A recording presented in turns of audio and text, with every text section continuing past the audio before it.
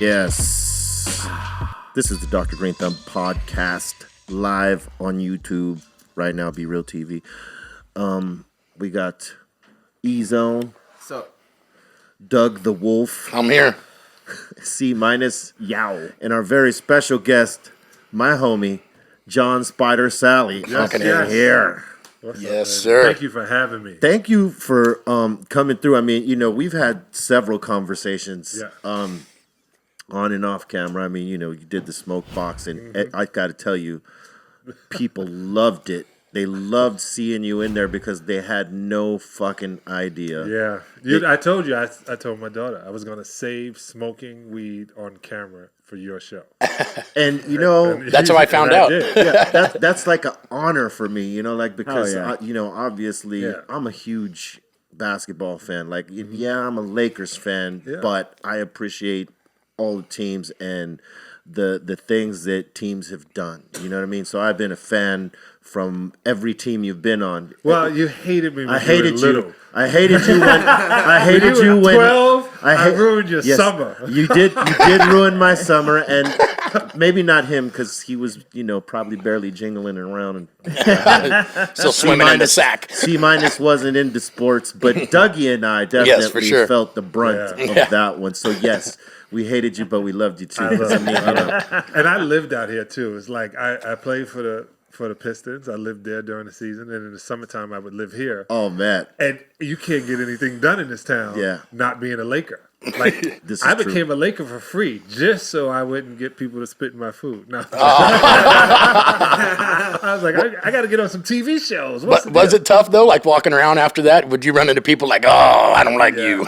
Yeah, I really would. And, you know, I would go to all the spots that, you know, we would go to. I would go to, at that time, I ate flesh. So I would go to Roscoe's. Right. I would go to Eminem. yeah. They would be like, I can't believe he done bought Here himself. here goes him. Girl, why'd you bring him in here? Because he wanted to eat, you know? it was a trip, and I was always I was at the comedy stores down in Leimert Park. I wanted to see, and people would be like, you just literally going to roll around here like you just now didn't win a championship. But I think that's what people respected about you, is that you weren't afraid to roll around. No. You're just a man of the people, no matter who you played for. Right. You was cool with everybody.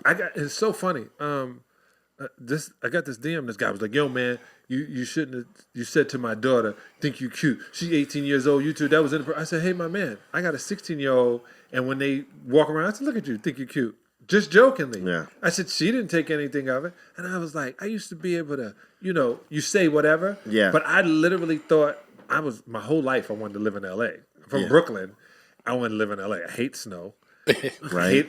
All those now, you know, extra people. Yeah. I was like, man, if I could just live in California. So I did. When I got to the point, I was like, I'm out. And hey, Hate me or not. I think you did the right thing. Yes. And sure. I gotta say, you're like the good luck charm on every team. Yeah, man. I mean, you got like 7 rings or I 8 should. I rings? deserve 8. I got 4. You got 4. I deserve 7. Yeah. Robert Horry got 7. I deserve 7.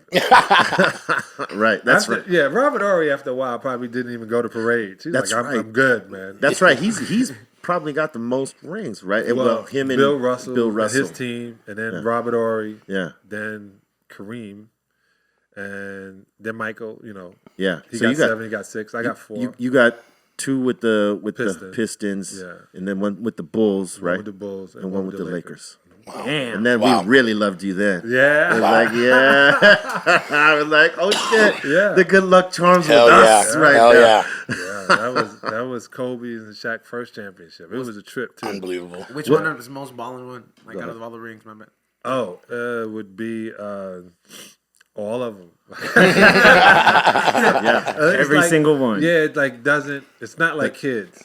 But You I know got what I'm to, saying? you know, like the first rings though. The first one was a trip. Those were the trip, right? It moves so fast. Life is. Yeah. And like, you know, you win a championship. This was the true story. We beat the Lakers. In case anybody didn't know, in 1989, we fly back, whatever, and you know, you go through your day like this. The day after, guys were at the locker room, and I was like, "Yeah, what you know?" I came to pick up my stuff. They were like, "You thought we had practice, didn't you?" Like we literally was so locked in. It was like 5 of us showed up as if we didn't win a championship. That's it a was trip. Got to go to practice tomorrow. Wow. Man, it was so crazy. Then it's parade, and then you're waving at everybody, and you're like, man, I'm outside in Detroit with no police. That's got to be the craziest shit, right? Going through the city, and they're all celebrating you. Right. And it's kind of a surreal experience. No, but I'm saying is that they're out in the fucking open like the Pope used to. Yeah. But I mean, like when we did it with the Lakers, it was a little bit more controlled. It went from the Staples Center. It seemed like it went down, went up Figueroa, and then back to the Staples Center. Yeah. They were like, we ain't doing a quick little loop. In Detroit, we felt like we were going through neighborhoods. No, we just went down, but it was just like the city was in a crazy time. So it's like people would see you. I was at the drugstore, and this lady, sitting in front of me, so she turned around, she looks at me, she looks up, and I think she's going to say something. She goes, "You should hit your foul shots." Oh my God. She was like, "They're free. You should just hit them. No one's in front of you. Hit your foul shot." Wow. Damn. And I'm sitting around going, man, all right, I got to hit my... But she was right. She was like, how would you shoot 65%? What are you... Nobody's in front of you. It's crazy how people are dialed in to basketball like that. This is like a basketball. I mean, they fiend for all the sports, but... Right. Basketball is... The Lakers made this the Lake Show. Oh, for sure. So you got old ladies like that know the goddamn numbers. They know the percentages. They watch. Yes. Right. They're like scrutinizers to the highest level. Even in baseball. I think I was hearing somebody say something. Shouldn't the Dodgers... So if a team cheated in the championship and admits to it... Yeah. Right? Right. Shouldn't the team that got cheated be the champions? Yeah. Well, technically, there should be an asterisk on that championship. Right. Really? Maybe they shouldn't get it, and they shouldn't get it either because realistically they didn't win it, even though they got cheated, but they didn't win it. I think it should be more like, okay, you're getting stripped of your title. That's no longer the record books, but we can't just hand a championship to another team. But at least they take that away from them because they admitted to like doing what they did. It doesn't feel the same way. I would imagine it's like you don't go through the thrill of like. All that adrenaline, it's like, we just fucking won, But I got to quote Sendog. I seen Sendog be Real's counterpart not too long ago, and we were talking about just that, and he was like, yeah, man, they fucking cheated, but they going to give him a chance, take a chance. And I go, well, we lost again to another team, though, after that, He goes, yeah, the coach from that fucking team was with that team. Yeah. I'm like, motherfucker, we couldn't escape it for 3 years. That's how, he had the system down, and he used it on another team. Just so happened it was against the Dodgers. Right. And he already knew the Dodgers get down because he just beat them the year before. Right. And, hey, listen, I was telling everybody, and this is, all due respect to Clayton Kershaw, I knew he was going to give up ass in these games. Mm-hmm. I knew it. Oh my God, he didn't though. But he didn't. He didn't. But he got shook after the first one, and it was like that was it. That's because they knew what he was going to throw. Right. Yes. So it's like that's like watching cards. Yeah. Right. You say, you know what? Oh my God, he's going to throw a curve. Oh, I know where I'm going. You're going to get worked. But what I'm saying is that system broke him. Like right when he gave up that first one, you saw the look on his face. Yeah. Plus, Kershaw was like known to be kind of problematic in the playoffs and shit. He always kind of like fell off. But during the regular season, he's solid as fuck. He's like the Eddie Jones of. I don't know what it is because I've never played professional sports. Fucking reference, right? He's like the Eddie Jones of baseball. Man, because Eddie Jones would do that. He was a Laker, right? And he was fucking dope during the season. Mm-hmm. He's like, he preceded Kobe, right? Right. And he was like the fucking guy. But when the playoffs came, he was like the invisible man. Wow. Where's Eddie Jones is what they would say here. Like, what the fuck is he doing? I used to sit back and God would say to me, man, you know what? You should play the whole season like you do the postseason. And I would say, for what? And I was like, my man, I said, this is like boxing. You jab the hell out of this dude. Right. And get him lowering it, Pace yourself. Right. Keep hitting him in the body. Right. Keep doing that until you can unload on his chin. Right. I said, that's how you should do the season. You should build up. You should play at a rate. But then when the playoffs come, it's the third season. Right. Plus, we don't get paid for it. So you only make the money you win. That's why guys play so hard. You see last night, they wasn't even going to get paid in the NBA All-Star game. And they were playing like it was street ball. Yeah, for real. Because there's no money involved. Right. When they put money in it, I'm not complaining, right. but when they put money in it, it kind of took the fun away from it. Right. It changes the mentality too, because you know what's riding on that. I gotta go to work. Yes. You know, and they were really showing out last night. Oh yeah, they were. Because you hear about players sometimes, you know, they got the jitters. You know, this isn't a regular game. You know, they got to get. Did you experience that first year with Detroit, or was it just like another day at the office? You know, to me, it's always better in the playoffs because I only have to focus on one guy for 4 games. Right. As opposed to... You can lock him down easier. I can watch all the film on everything he's done since birth and then know what he's going to do. Or I can play the Lakers on Sunday and the Clippers on Monday and then have to go up to, that right there. Right. I got 4 guys I got to play against. Correct. But just to focus on that one thing. Yeah. And then when you beat them, the first time you beat them mentally, you beat them down mentally or physically, then you start going deeper into it. You get back to it, you beat them again, and it's all a mental game. So let me ask you this, because I've heard this before, and I'm not sure. I believe Kobe, rest in peace, said it. Mm-hmm. Said when it comes to the playoffs, like certain players have an extra 3-4 moves that they didn't show during the regular season because they know that films are being watched on them all day during the regular season to see the tendencies. But in the playoffs, you sort of unleash, 3, 4, maybe 5 different moves that they didn't get to study, and they have to study it, after that when they get it. But see, that could be true with Cole. God rest his soul, because he was a psycho. Let me tell you why I say that. So imagine Kobe knew every move, right? He had great footwork. He would watch when it worked, who it worked on. Yeah. So if he was playing you, Kobe was knowing what you did to him last time. Right. Right? So shaky, shaky, shaky, go right.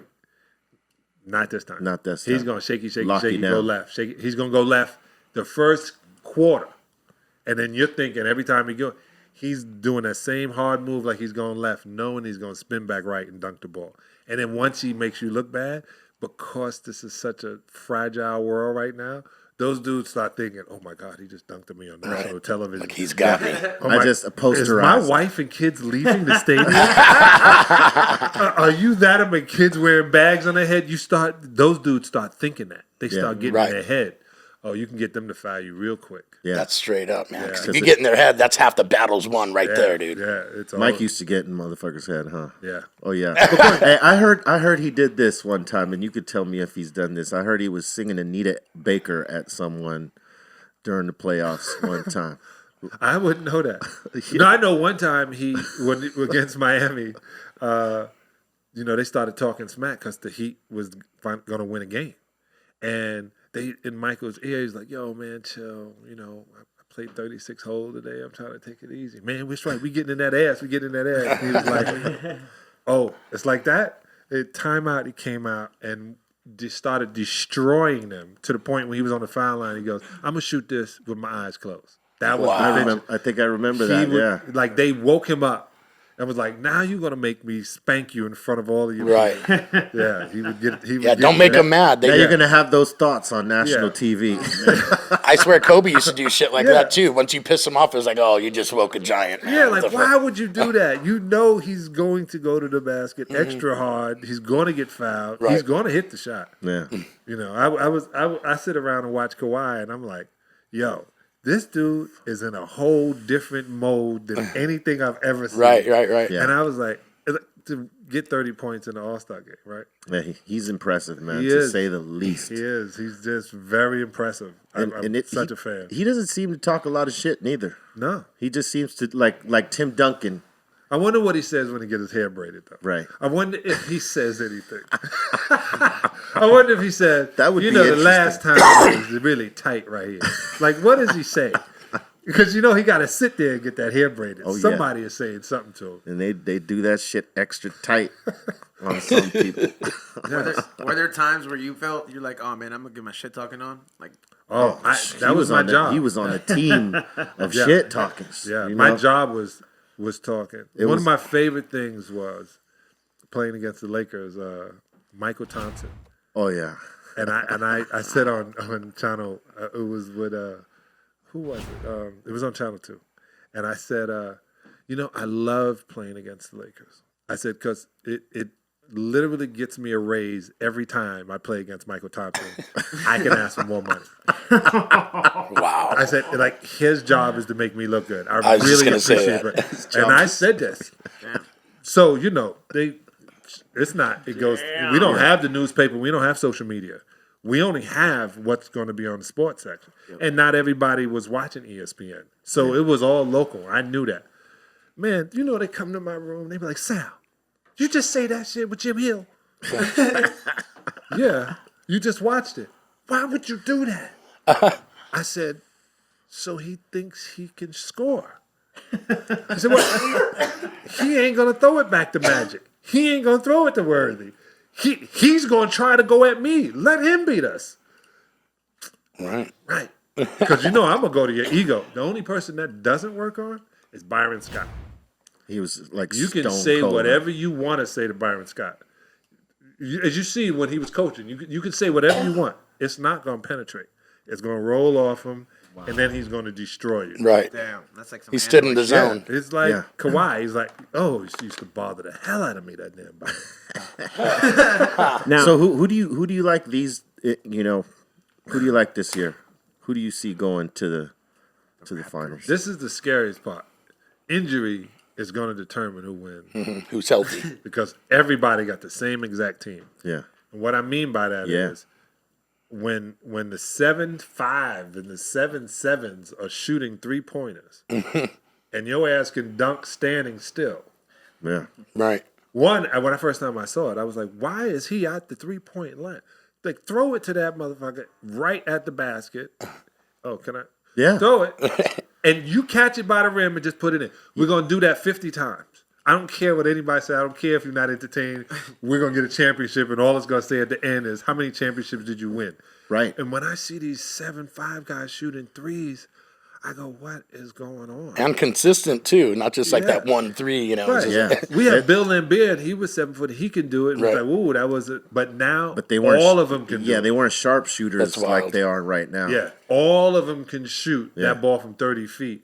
You think that's something they grew up with, or is that something they developed over time? Like, you know what, I got to be able to shoot outside now, and that's the mentality of the big men now. Probably both, right? I think evolution. It was not starting with what I do, but I was a fast running, high jumping 7-footer. Right. That can also put the ball down. Then you see, so I'm 6'11", 3/4. So is Kevin Durant. Oh, wow. And so is LeBron. But LeBron is 30 pounds heavier than me. Wow. 30 pounds more muscle. I ain't gonna lie. Right? He's like 265. Like Zion is 275. Right. And 6'10". That's 6'9". crazy. And they're doing things that guards, little small people used to be able to do. Right. That's what it's. So remember the big man was like, come down, throw. That's gone. Usually the point guard was a shorter, player. Right. The point guard is named LeBron. Yeah, right now it's LeBron. Magic started that. And then they kept singing, you can dribble this too? So when I see it, man, I bumped into Yao Ming. I didn't bump into him. Mm-hmm. I literally, the one time I wanted to see. So I was standing next to him. He was this much taller than me, 7 inches taller than me. Damn. And he was this much wider. Fuck. And he was 75 pounds heavier. It's and a I big was dude. like, I would get in a fight. How do you play? I walk in and slap him. International fight. If they would throw me out the game. Why'd you get thrown out the game? I'm not getting destroyed by this diamond. Yeah, he was fucking a mountain, this guy. Sometimes I wonder, like, what the real old, like a Jerry West, if you will, what he thinks when he sees, like, the big man play now compared to, like, back in the day. He must be like, what the fuck is going on? Yeah, because he really, I remember we didn't practice one time. And Jerry was like, why are we not at practice? We lost a game. I said, Phil thinks these guys need to get away from a second. Get away. Like the mentality back in the day was, if you lost, you need to be in the gym more. Right. Now, if you lost, you need to free your mind. Go on vacation. It through, clear that out. Everything. Yeah. Now restart. Right. Which is a better way of doing things. Yeah. As opposed to stressing yourself out. So it doesn't stay in your head. Right. And you you obsess over it, and then, because that'll cause you to go off track. Mm-hmm. You get obsessed over it, stress on it. Overthink. Yeah. Even when you win, you overstress that. Did Phil give you guys books to read? Because I read that. I read that in his book. I think the last book. But he would assign books to players? No. The same one or different ones? Different books. He would feel different things that he think you should invest in. So he was that tight with the players to be like, John, you know what? I'm just looking, you should read this book. And then another player, you know what, you should read this book. He's like, you know what? I was thinking about you. Check this book. He gave you like a vegan book or something? Yeah, with a manual, with a dictionary on the side. No, he would do, I do this thing called LA Reads or LA Talks, and I interviewed him in Pasadena at the stadium about his book, and I got him to sign it to me, and I asked him why he cut me. Let's get all the real stuff. Yeah, that's it. And then we talked about the book and different things that he would see and move along. Mm-hmm. When you get somebody to read a book, which is an important thing, they hear it in their voice and they see it in their frames. Correct. So you can read Cinderella and not ever put a color on it unless you say big blue eyes. Right. Then you added a color to it. Right. But besides that, the way you expand your brain, I feel, is by reading. Right. Yeah. And he wanted everyone to expand and sort of be on the same page, even though different book of the same breath. Right. We did this thing called One Breath, where we literally, when I was in Chicago, we had lost a couple of games, and then he said, "Hey, we're practicing for minutes today. Get taped up, do what you got to do. We're practicing for minutes today. This is important." So what that means is, if I'm backing up you, and I bust your ass in this practice, I just took your minutes. And that's all that matters in the NBA. It doesn't matter who starts. Get your minutes. It matters who finishes and what your minutes. That's why Lou on the Clippers, Lou don't care being the sixth man. He gets another bonus from his sneaker contract. He gets another trophy. And he still plays more minutes than the guy in front of him. Yeah. So it doesn't make a difference. You want those minutes.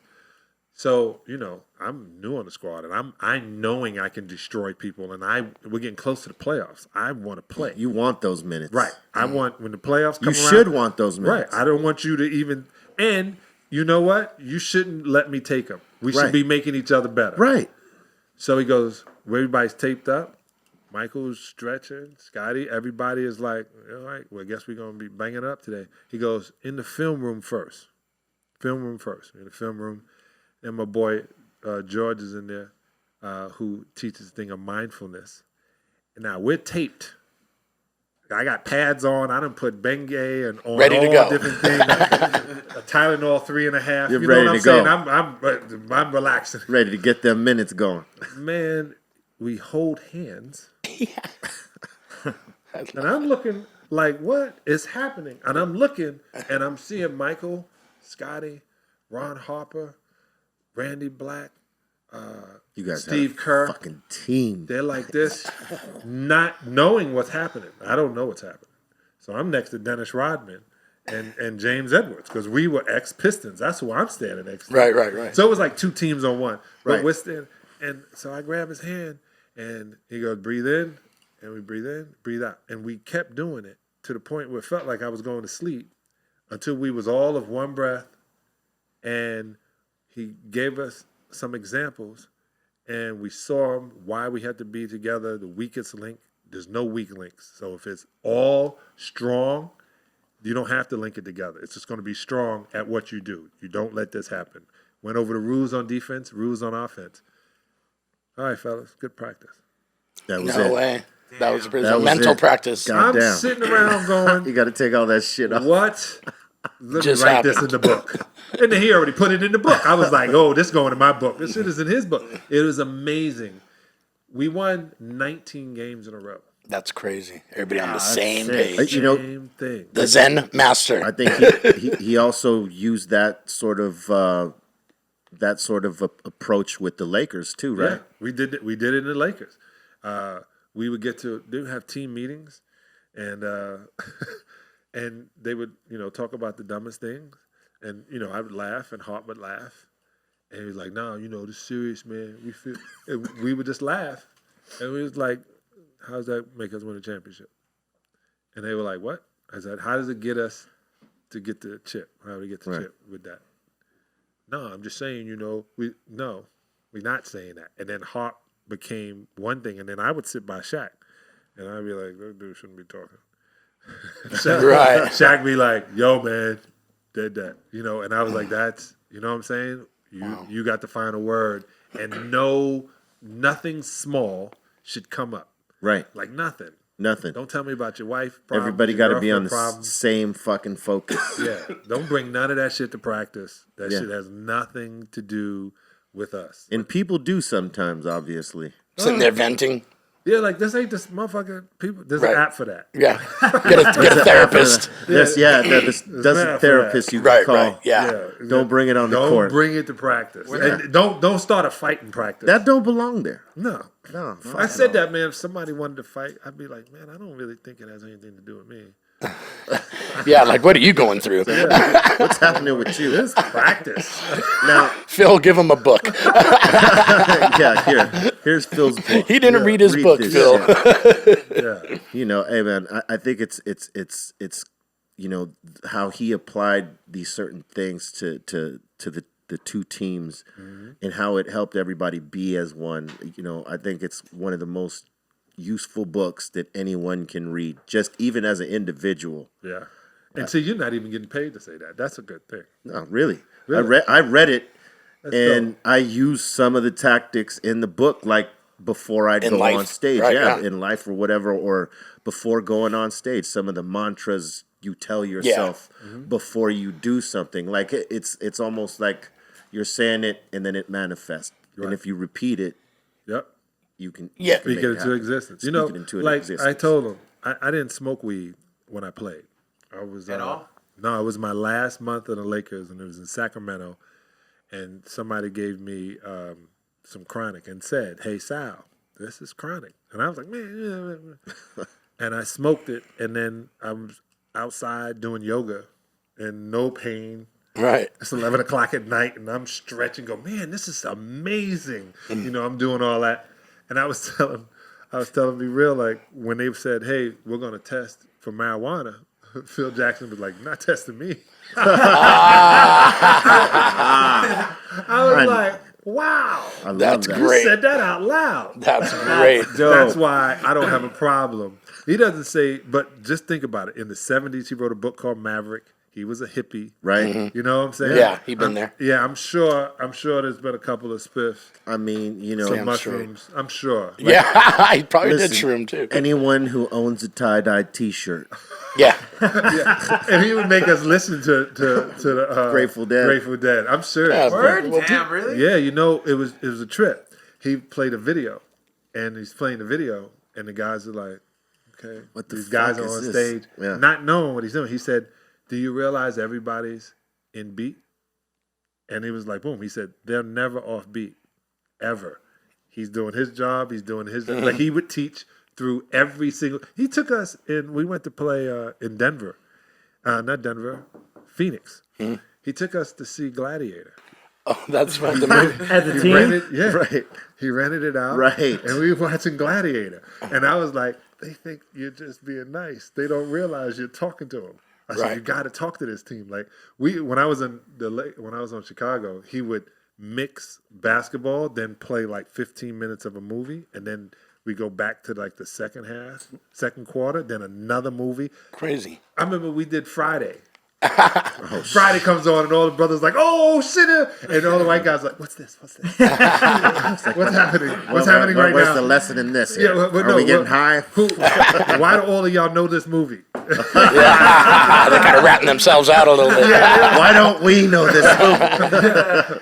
And then it was like Debo, and Debo was like, and then he ended it at Debo and went writing to Miami Heat and showing Alonzo Mourning. So like he was comparing Debo. Wow, what a trip. He's the bully. Damn. That's some funny shit, man. He was incorporating these characters. Yeah, man. He said because your brain, your brain can only keep up with like 15 minutes at a time. Little burst. Wow. And then we can move on to it. But since then, just so y'all don't know, I started a cannabis line with my daughter. Deuce is 22, and Be Real's going to help me make sure everybody knows. And he really is really going to curate the weed. I love it. He, like my daughter, are sitting around and very, very stuck up according to their OGs. I go on the show and I was like, yeah, man, I like Blue Dream. My daughter gets in the car. She goes, didn't I tell you to talk indica anytime? I said, I know, but that's my man. I don't want to lie. And he said, but I'm moving you into learning how a good indica. You've been smoking shit. Let me do this. She's the coach now. Now right? She's the coach. Yeah, and so I'm like, yeah, that's why she's the CEO. She's like, just watch my back. Let me show you what's happening. Right? Is that what you really enjoy smoking? Well, since that show, he loved that right now, hearing that about the Blue Dream. Because I really like it when people say I like sativas. I love sativas. Same here. But I just took 4 days away. Didn't talk to anybody. Picked up my stuff. Went in the high desert. Sabbatical. Nice. Yeah. This is the best. This was the best trip I've ever taken. Nice. Ever. And I was in Joshua Tree. I love that area. And there was mushrooms, and I'm sure there was DMT places. Ayahuasca. I wish. All that shit. I did nothing but smoke OG. That's awesome. Nice. Last time I was there, that's what I did, and it is that kind of spot where you can just have that and be happy. Yeah, I didn't leave the house for 2 to 3 days. Yeah. And then I went to sleep at 10. I was like, man, I'm getting... Nature is beautiful when you're high as fuck, right? You'll do shit in Joshua Tree you won't normally do, like watch the sun rise, and shit like man, and just be like, it's fucking beautiful out here. Yeah, that's when you become Spicoli. Yeah. Yo, man, that's fucking awesome, bro. Yeah, I was like, was that building purple? I mean, was that rock purple? You see a shimmer of purple? I was like, and then I pulled out my Stargaze from my phone. Yeah. The belt of Orion. And this is how I tell you how relaxed I was. I was by my lonesome in a very rural neighborhood, and I'm a Brooklyn black dude. Right.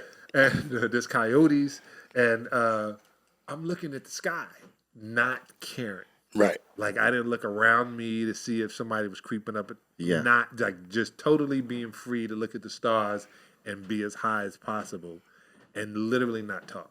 It was the dopest thing. One time I was out in the desert with a bunch of people, and we were eating these chocolate mushrooms, micro-dosing, if you will. Well, my boy ate like 4 of them. Oops. So he was like, Dougie, come here, look at the stars, bro. When you look, they fall. And I'm looking, I'm like, yeah, cool, man. Maybe just take a little walk. You're like feeling a little more. So he started walking, and the property was big, but it was gated off with the chain link fence, right? So I see him walking off in the desert, just looking straight up, but walking. He comes back, and he has this diamond imprint on his face, and it's like on his shirt, too. And I'm like, what the fuck is that? I go, did you run into the fence, dude? He goes, yeah, I was looking up, and I didn't even notice the fence was right there, and he fucking ran right into that shit and fucked himself. He was all up in them stars, man. I was just like, bro. He fucking halved himself. I'm like, pay attention. Bunny rabbits. It was like, it's time to go in. I'll tell you, the last time I took some mushrooms, it was with Dougie. We were over at Kern. At the Kern River. Kern River, really? And his brother had a piece of magnesium that someone had given him, right? Yeah. Told him to throw it into the fucking fire, right? So he throws the magnesium in fire, and it starts fucking sparking up crazy different colors, right? Yep. And we're starting to peak at this point, and you're not supposed to look directly into it. So it's really bad. You're just supposed to look at the lights doing this, right? So we start focusing on that, and then we notice it lit up the whole fucking lake. Yeah, it's so bright and just continuously burning that even though it was pitch black at night, when this shit went up, it was like fucking 2 PM on our beach. It was insane. It was blinding. We were like, oh shit, the satellites can see us. We need to get the fuck out of here. We were like totally fucking frying. How big was that piece of magnesium? It was a nice chunk, but the funniest thing was there's this hippie. I remember when we went up there, we had one boat and a couple Sea-Doos, but we needed one more boat to really make this trip fucking perfect. I mean, everybody could have a good time. This fucking hippie rolls up in our cove. We're like, who the fuck is this guy? And he goes, anybody know Russell? Well, Russell's my brother. And I'm like, yeah, that's my brother. He goes, tell him Hippie Ron's here. And I run up to the campsite and I go, Russ, some fucking guy in an amazing boat named Hippie Ron is down in the cove. And so I'm thinking, cool, my brother's homie's here. We're going to use this boat. You know what my brother says? Oh, good. That motherfucker owes me 10 grand. I'm going to fuck him up. I'm like, no, you can't do that. Let's just use his boat. Like, be cool. Let's use his boat, man. What are you talking about? You and your brother got the same voice. You did your brother's voice. It was hilarious, though. We used his boat. But when we were burning that magnesium, I don't know if you remember, this truck started coming over. Yeah. And we were like, oh, fuck, it's the Rangers. They're coming to get us. Right. And it getting closer. It's like, no, that ain't no Ranger. That's some fool in his 4x4. It was fucking Hippie Ron. He gets out of the truck. He goes, what the fuck are you guys doing? NASA can fucking see you. I live on the other side of the lake, which is and I can see this shit, man. You guys got to be careful. The cops are going to just making us all paranoid. So we fucking rolled out. Yeah. We had to let it burn out. The whole campsite was fucking shrooming. Yeah, it was great. We went over there with what, like 15, 20 people? It was like a culmination of Cypress Hill, Slipknot, and all the homies on a camping trip. It was crazy. Yeah. Man, yeah, it was crazy. Yeah, I've never done, I've only smoked weed and had alcohol. You never ate mushrooms? Well, ayahuasca. Right. Wow, I've never done that. Like I skipped the mushrooms. You did that and no mushrooms. How was the ayahuasca? Ayahuasca? It's the best thing on the planet. Like I'll give you an example. My ego used to be so big. And I say this, when you get to a certain spot, you start believing that people owe you stuff. And I don't know where that fake shit came from. And then you just expect things. And I remember they said Eddie Murphy gave Michael Jackson his Grammy. And when he gave it to him, Michael was like, handed it to Eddie because he wanted to speak. He says, your Grammy, you hold it up. But you're so used to doing, So it literally helped me get rid of ego, realize that this is just, like Yoda said, this is nothing. Right? Yeah. And I literally, was standing up here watching myself try to stand up.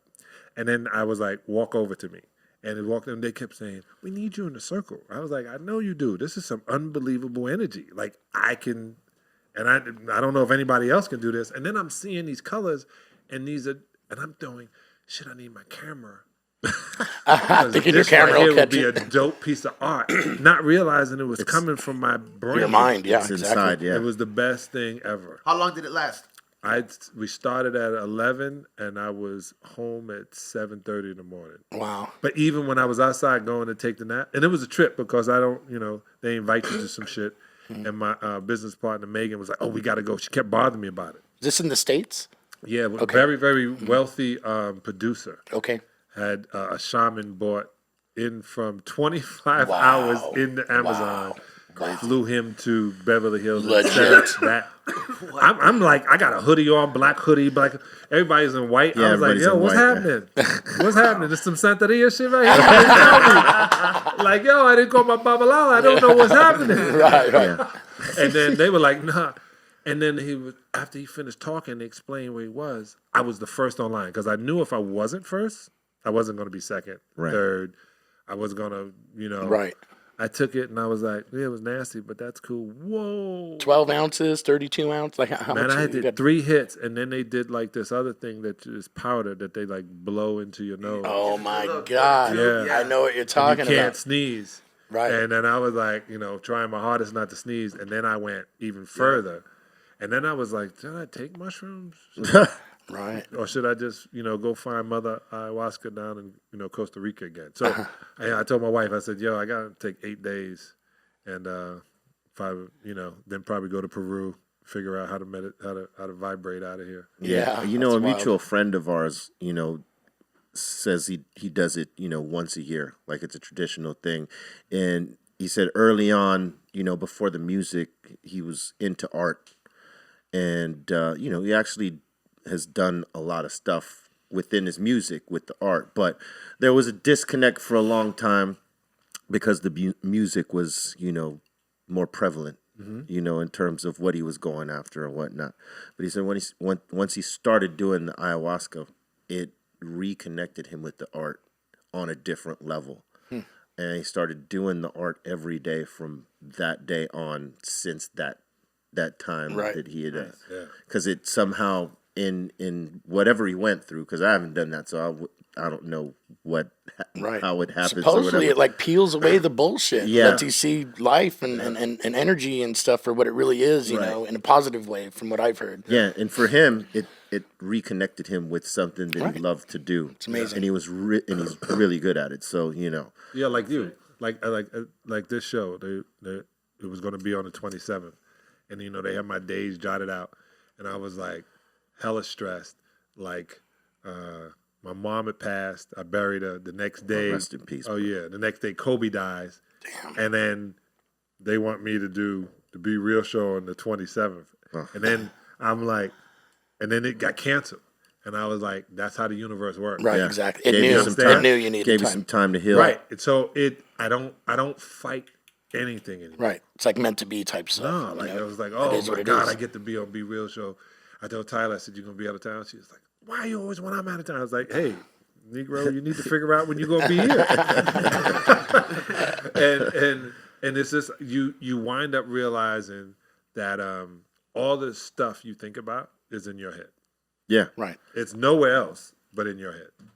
It's people are reactive and emotional, and they let that shit become stress to them. Where if they just sort of rationalized everything and just let it go, and went with the flow, they'd be in a better place for sure. Yeah. I mean, some things, yes, you have to work on and fix and shit like that. But the stuff that's beyond your control, I think, you got to just brush it off. Yeah, correct. It's kind of like when you were younger, when you gave so many fucks on what people really thought about you. Right. And then there's that moment in your life where you get woke and you no longer give a shit what people, and you have that feeling of like freedom. You start wearing shit that you never wear. Yeah, you just don't care. You don't care, man. And it's liberating. It's like, fucking, hey, man, I'm doing me. Fuck off. You don't like it. I think more people are in that frame of mind now. Yeah. They are doing themselves, and they don't give a shit what anyone thinks. And I think that's good for them.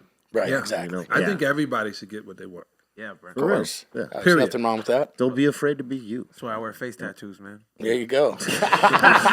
Interchangeable face tattoos. I like that. I'm telling you, you think I shit you not. You should literally take a picture of your face and you should get that and that your tattoo. Oh, your face tattooed on your face. Your tattoo. You think I'm joking? Hey, Mike Tyson had to be put in a movie and had to stop a movie because the guy had his tattoo on by mistake. Like he had to get paid for that. Wow. And I was like, every time I see him, I say, I don't think these guys realize, even though the artist did it, it's your art. Yeah. Your art. You're the canvas. Yeah. Right. Yeah. I mean, and if you paid for it, you paid for that. I know. And everybody, I remember when having a neck tattoo was like some rebel, like, what? Super. Happened? For real. Right. Like, what are you trying to say? Yeah. Now it's the norm. Yeah, now it's who was the first one that came in? Was it Dennis or was it was it Anthony Mason? No, so check it. This is and people are gonna think I'm so full of shit right now. I promise you, on everything I love. So I get traded to Miami. And I don't care. You know what? I'm going to do what I want to do. And I get the tattoo outside my arm of this dragon in Detroit. And they literally fined me $1,000 for showing that. Because I had a tattoo outside of my uniform.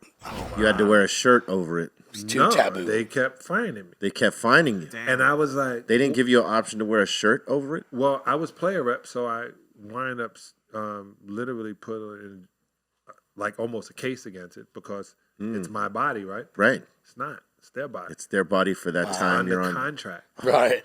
So it's on the contract. That's fucked up. For real? Hey, when we used to wear that shirt, Los Angeles, property of Los Angeles. That was real. It wasn't lying. Who did they change the rule for? Nobody. No, because then Dennis. So we had tattoos. Reason I got a tattoo was 1986. There was a player named Adrian Dantley, called him Teacher. Yeah. He had a tattoo on his hip of a money bag, and I was like, "Yo, that's dope." So I told Dennis, "Yo, we're gonna get tattoos." He was like, "All right." So I get a spider on my hip. He gets strawberries. You know, Fucking Dennis. like he puts strawberries. Like he's, you know what I'm saying? Like, his tats just go according to what he likes at the time. So if you look at them, you realize they're not in sequence. They're not. It's what he's feeling. Random as fuck. Right. And so it hurts like hell. I can't believe I did this. I can't believe. But then I get this outside, and I was like, man, how you gonna find me for my body? Dude, remember when Allen Iverson, they did a thing with Allen Iverson, and then they airbrushed him out. Oh, wow. And he was like, don't airbrush, that's not me. I didn't even notice that. My tattoos are this. They airbrushed his tattoos out. Wow. And then they had this they did a basketball commercial, and this old granny, she had tattoos on her arm, and they started moving it. But I think the first one is when Matt Barnes put that shit on his neck. I said, what did he just do? Because that's all I can think about. Oh, my God. Yeah. They're going to think this way. I remember Stephen A. Smith was talking shit about Kaepernick back when he got the starting job about his tattoos. Right. He was like, man, you can't go in and get no corporate job. He was like, you don't need a corporate job. He's a fucking quarterback of the San Francisco 49ers. That's true. Yeah. So I always, I like ink. I loved seeing girls in ink. I mean, you see it more and more now. I mean, even in boxing, you know, in MMA. Now it's like everybody, damn near everybody has some ink. I saw fluorescent ink, and I thought, man, if these black guys start putting fluorescent ink on them, this thing gonna be glowing in the dark. Yo, man, it's me. Oh yeah, I saw the skull on your shoulder. Yeah. That's crazy that they find you. That they were finding you guys. They find. Well, maybe David just wanted to take some money from me, but he got me. Yeah, $1,000 and it's in the contract. Yeah, it's in. He wasn't lying. It was in the contract. That, I think they got a little bit looser after, like in the mid '90s or something like that, where they started. It's definitely way more acceptable. Well, yeah. Well, remember, we had a dress code. Yeah. Right. We had to tell guys, "Hey, you're a professional. Wear a suit." You know, that was a thing we had to tell them. Yeah. Right. And Phil Jackson hated that too because he was a hippie. He wanted to wear tie dye. He wanted to wear them tie dyes. Yeah. Like we had a way. You know, the NBA was building their image on what they wanted to be. But think about it. The one who really changed everybody's mind on tattoos was Beckham. When Beckham put those tattoos and covered his hands and was like this international model, huge megastar, football star around the world. Became more acceptable. It was like, and then they started putting it in movies. Remember, if you was a bad guy, what's that Mexican kid? He was he's always the bad dude. He had Hector. Up the hair. And his name's Hector in every freaking movie. Is that Noel? That's Noel. Yeah. Shout out to Noel. Yeah, man. man. The homie right He's there. like, I'm just going to show up with a whole bunch of tattoos. They're going to hire me. Yeah. They're going to hire me. I'm going to look like what they want. Yeah. Exactly. Yeah. Hey, so let me ask you this. You know, how do you feel like since the time that you actually came into the cannabis industry? Because, I mean, you started off like way back. Undercover, yes. Like as an entrepreneur, you know? Yeah. And a lot has changed since that time. Yeah. I was an investor. And you invest and then you wait on your money back and then the splits. Right. And you hope that the cops don't find that grow. Right. And then I didn't want to know about it. Because, Right. The less you know, the better. You know. Then I started driving down to San Diego. I was like, man, I got to learn Spanish. Seriously, right? And I was like, maybe I don't need to be, this would be the worst ending, So getting in it, at first it was me. And then when my daughter had said, hey, we should have a cannabis brand. She said, we'll be different than everyone else. One, because I'm going to pick the weed. And two, she said, you know everybody, you know how to market it. And if we just have the best and we only smoke what we like, if you like a hybrid and it's the highest hybrid, you're a hybrid guy, you're the sativa guy, you're the indica person, we buying the top of that. She said, and I was talking vape, and we got to get into the vape world. And she said, flower. She kept, all she did is talk about you. Your man's tells you, flower. We only doing flower. Right. And I was like, yeah, but you know, this vape thing, you can sell 1,000 of these things right here. It only cost me $4 to make, and we selling it for $15. And she was like, I'm not doing vape. I don't know. I'm not doing it. Yeah. She said, I don't smoke a vape. Yeah. And then I was like, well, the CBD, she goes, I don't have pain. I sell flour. And it took I her. like what she's talking about. Yeah, she's the CEO. She would sit here and go, she would say that. And like, I'm going to send you this little piece so you can see it. But we're sitting around talking. I just decided to follow her with a camera and show people. Because if we show people what it's like in Humboldt. Oh, yeah. Okay. The guy showing us weed, he said, yeah, we're having a potluck at my house. Do you mind stopping by? And I'm thinking, yeah, I got my gun, I got my film crew. You ain't inviting me deeper into the forest. We ain't just going to do business here. The whole neighborhood, the whole street came to the potluck. They all are in the cannabis business. Yeah. All the cannabis money feeds this high school is why they got a football team, basketball team, cheerleading uniforms. Right. It's the cannabis money is developing the town. And I sat there and watched somebody say, we're going to put this together so we don't have to ask the state for anything. We don't have to go sell cookies and cups and anything. We don't have but our kids know. All the kids know their family's in the weed business. Inside the house, nobody was smoking weed. It's nothing to be ashamed of. And I was like, what do y'all do? Yo, we don't, when the kids I said, you just don't smoke in front of me. He goes, no, we don't smoke in front of them. He goes, they're going to steal it about 16, 15. like they always do. Like we did to our parents. Yeah. So it's like, when I saw that, I was like, oh, this is a real business. Right.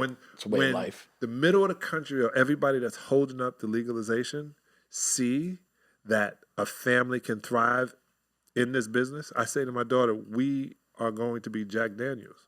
Yeah. With this brand. Nice. We're going to be Jack Daniels, meaning when you get it, you don't have to wonder if you're going to get drunk. Right. Yeah, that's a certainty. Yes. When you grab it, you go, oh my God, oh, you got the blue label shit? Oh, this shit's going to be fire. It's not going to be like, what? I'm not putting it out. We spoke downstairs. I don't have to be in every dispensary. I'm not doing this to get rich. I'm doing this because after doing ayahuasca, I realized we only make money in case we don't die tomorrow. Right. Exactly. That's a great way to look at it. That's it. It's the only reason we make money. That's true. Isn't it? Wow. And so, because if we die tomorrow, cares? Yeah. Right. It doesn't matter. We don't. We don't take it with us. Right. Yeah, we don't. It'll live for our families if we have them. Right. Right. But I'm not leaving. But we're not them pharaohs. A lot of money. We're not pharaohs. It's not going with us. No, it's not going with us. We ain't taking a couple of our homies with us. No, we're not taking my favorite horse. my dog ain't coming with me. I like that formula though, of just like putting up the flower that the toppest of the top. Because connoisseurs are really that way. Once they find that one of whatever they like, they're coming back for that. Or those few couple things. Right. It might be like a couple things. Right. There are smokers, like Dougie said, that like that one thing, and then there's connoisseurs that like E-Zone. He'll go get like a few different flavors, right, and then a couple on the side. Try something different. So, and what I like about it right now, in terms of how it was when you came into now, is that there's so many different flavors out there to choose from. So like there's more than enough that you can go and figure out which one is the one you like the best. Correct. And then the other ones you'll dabble in. You know what I mean? Right, exactly. And the way that these guys are attacking the genetics game now in creating these new hybrids and stuff like that, man, people are doing crazy. It's science. Yeah, crazy work. Like the seed junkies and DNA genetics. Right. And Capulator and guys like that, man. Those guys are... Right. And who else would you say? In regards to having all the flavors? Well, the genetics. Genetics. Like seed junkies. What is that? The Cookies Farms? Cookies Farms, yeah. We would this in Nevada, we would Flower One, which is the largest grower in Nevada, out of Canada, in case you want to invest your money. Flower One, Make sure. Stock. Flower one in Canada. Make sure if you in the business, you get stock. There you go. This is going to happen. Right. Before the Depression, this is going to happen. I'm telling you. I'm because this is the way America is. America is like, wait a minute, we can make billions of dollars and ship. We can finally not have to make it in China. Right. And when you realize that this is officially U.S., Germany is only buying. They're not growing in Germany. They're not growing in Spain. Yeah, no, they're importing weed. Import. This is the time to say, all right, stop thinking what you thought. Let's grow this weed in all the right places. Let's grow it properly. Let's not have recalls, and let's make this money. And like the president said, let's make America better. Right. Yeah. He said something like that. Right. Something to the Close enough. Yeah, I'm not gonna quote it, but right. So I just decided, and we said that we're gonna hopefully. This is my negotiation. See, this is how you negotiate. After we finish doing our series, we can play it on BREALTV. Obviously, Yes. we did you just do that? great. Yeah. We won't even take all of the advertising money.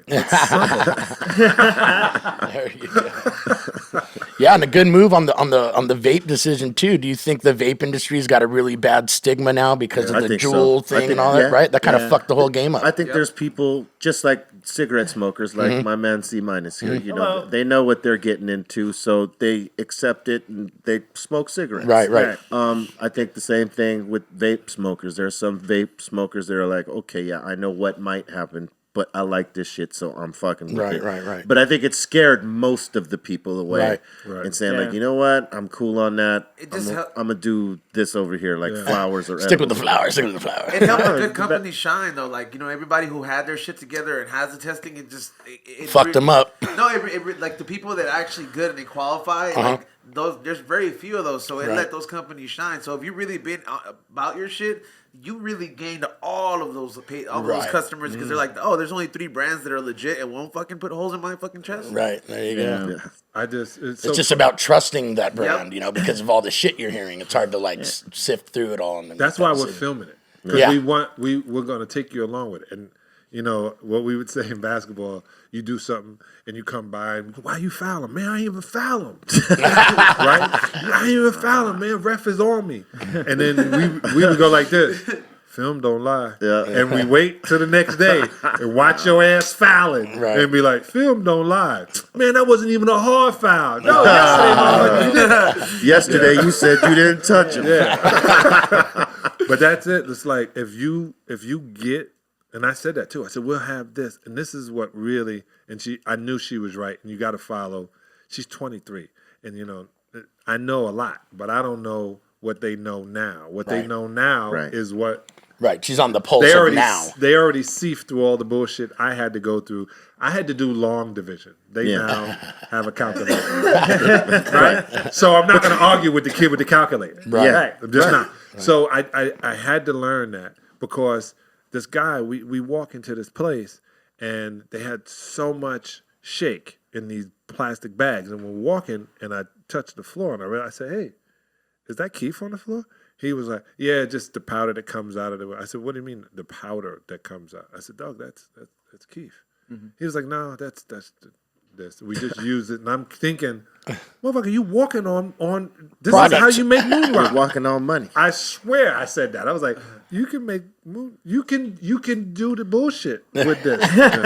You can do the thing. The thing. Yeah, you can get 125 a bud right now. Exactly. With the shit on the floor. In Michigan, so I hear. So I'm sitting and I'm thinking that, and then I say to the guy, I said, "Well, where's it from?" And he goes, "Oh, it's from different farms." She said, "So you don't know what's in there? Just a whole bunch of." He goes, "Yeah," and he said, "Well, we're gonna break it down, and then we're gonna make it in oil." And she says, "Well, are the genetics in here gonna match this?" She goes, "No, we're just gonna take it out. We're only taking the THC out." And I go, "No, it still has DNA." No, it doesn't. And I said, hold on. And I go and I get my camera and I put it on and I said, say that again. And he says it into the camera so fucking, I know what I'm talking about. It's not going to pass. Everything failed. Every trace. All I did is send that clip to the guy at the spot who owned the spot. I said, this is what your guy told you. You paying him months. You now got to sit on $500,000 of nothing. And that's a guy that doesn't know. And that's the problem, is that this industry has a lot of people that don't know. No. And they try to cut corners, and they try to, backdoor and do slippery shit. Right. That's why we're going to show you. Yeah. You tell me, that's why I said to you, you tell me this is a good grower, this is the legal spot like this, and it takes the weed, we're buying that. Because we're just, the way we looked at it is, I'm never going to be a farmer. I'm good at house plants, I think. But I'm not gonna be a farmer. Right. And I'm honest with myself with that. So I'm going to save the public, or Tyler Induce 22 is going to save the public all the bullshit. We're going to find the best shit and put it in our product. And that's it. So if you say, well, like you said, I'm only picking the one that looks good and tastes good. Sometimes it may not look good. Some outdoor. So sometimes outdoor looks funky, but I'll tell you this, when you break it up and smoke it, because you do that with the pretty weed, right? It's about how it tastes, how it affects you, right? And I've seen some shit that hasn't really looked that pretty, right? But I've smoked it and it was fucking awesome. They always say, marry an ugly girl. Yeah. Damn. Oh man. Hey, look. I got away with that joke. That was a good one. Boy, if there was women at this table, we'd be in trouble. They'd be like, what? How dare you, John Salley? How dare you judge me according to my jaw structure? Hey, bro. I know you gotta, do a bunch of bounce. stuff today, man. But I want to thank you for taking the time, sitting with us, and sir. chopping it up. Always. Tell your brother I want to hang up at the. Yeah. You trying to kill hippie Ron. Yes. Let them know where they could find you. Oh, you can go to Deuces 22 DEUCES 22.cannabis on Instagram, or you can go to deuces22.com. I'm the CVO, the Chief Visionary Oracle. My daughter's the CEO. Nice. Because I don't know shit. like that. I just know how to. Hey, we're not stepping over there. No, they full CVO. shit. Yeah, That's great. Yeah, we just got our deck done, so we do this raise. We sell you only the best weed in all the legal states. Fantastic. Starting in Awesome. Vegas. Congratulations, man. That's right. Congrats on So that. if you're in Vegas, Deuces 22. Boom. Nice. Right on, man. One love. I'm out. Thank you very much. Take From care. the crew, thank you for watching. We'll be back next week. I can't remember who's on the fucking who's on the board, but Bill Clinton. that's right. That's right. We're gonna smoke out Bill Clinton. I Here. did not inhale. I don't inhale. I actually did inhale. It wasn't me, Hillary, I swear. Oh my god! All right, that's gonna do it for us. Check us out on the repeat, and we'll be back next week. What?